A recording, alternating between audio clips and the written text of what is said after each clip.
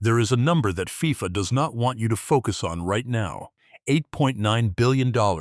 That is what FIFA expects to earn from the 2026 World Cup. Not the host countries, not the stadiums, not the cities that spent billions building infrastructure around this tournament. FIFA, the governing body of world football. $8.9 billion flowing into a single organization that answers to no independent financial regulator, no external auditor with enforcement power, and no government with jurisdiction over its accounts. For years, that number was FIFA's greatest strength. The commercial scale of the World Cup was the argument that ended every conversation about accountability. We are football. We are the biggest show on earth. Chill and relax. That argument just collapsed. And the people who collapsed it were not journalists, not reformers, not UEFA delegates walking out of council meetings. They were the attorneys general of New York and New Jersey. On the 27th of May 2026, 2 weeks before the opening match, Letitia James of New York and Jennifer Davenport of New Jersey issued formal legal subpoenas to FIFA, not a letter of concern, not a request for comment, subpoenas, the kind of legal instrument that compels a response under penalty of law, the kind that arrives when investigators have already seen enough to believe something went wrong. The subject was ticketing at MetLife Stadium, the marquee venue for this tournament, the venue hosting the World Cup final on the 19th of July.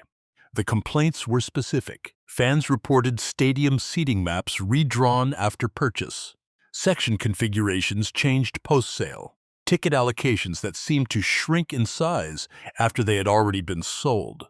Investigators looking at accusations that FIFA had deliberately created artificial scarcity, that it had manufactured confusion in the market for the most expensive tickets in the history of this competition, and that it had done so to maximize revenue in a market it controlled entirely.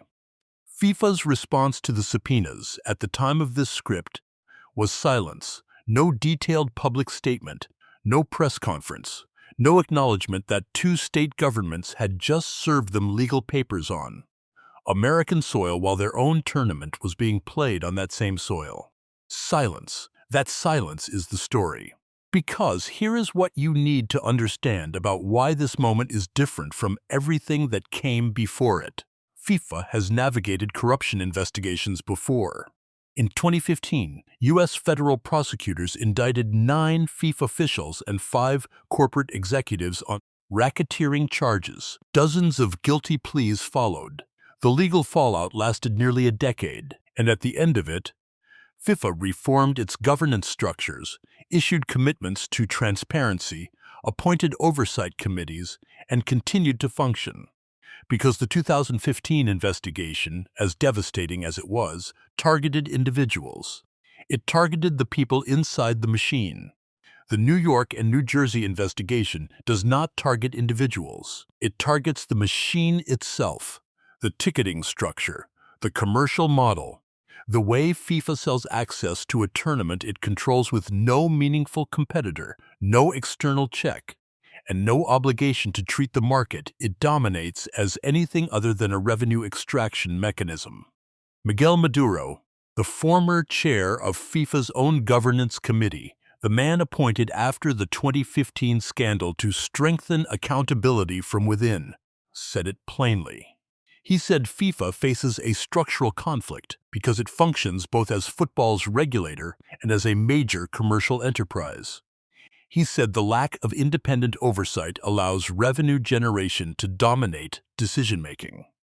He said this before the subpoenas arrived. He said it because he had seen it from the inside and left. Now, 2 state attorneys general are saying the same thing, with legal instruments. Consider the full financial picture of what is being examined here. FIFA claims 500 million ticket requests for this tournament. It set dynamic pricing for the first time, meaning ticket prices fluctuated based on demand. Demand FIFA itself controlled. It distributed allocations to federations, to corporate partners, to hospitality packages. It revoked Iran's entire supporter allocation days before their first match.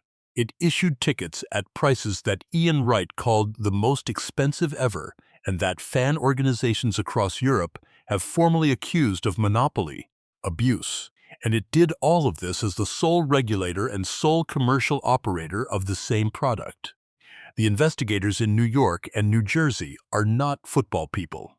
They are consumer protection officials. They are competition lawyers. They are people who look at market structures and ask whether the entity controlling the market used that control to harm consumers. They issued subpoenas because they believe the answer might be yes.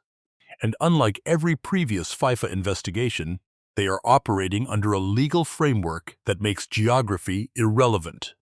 The tournament is on American soil. That is sufficient. FIFA's biggest nightmare was never losing a sponsor. It was never a boycott. It was never UEFA delegates walking out of a meeting or a referee denied at the airport.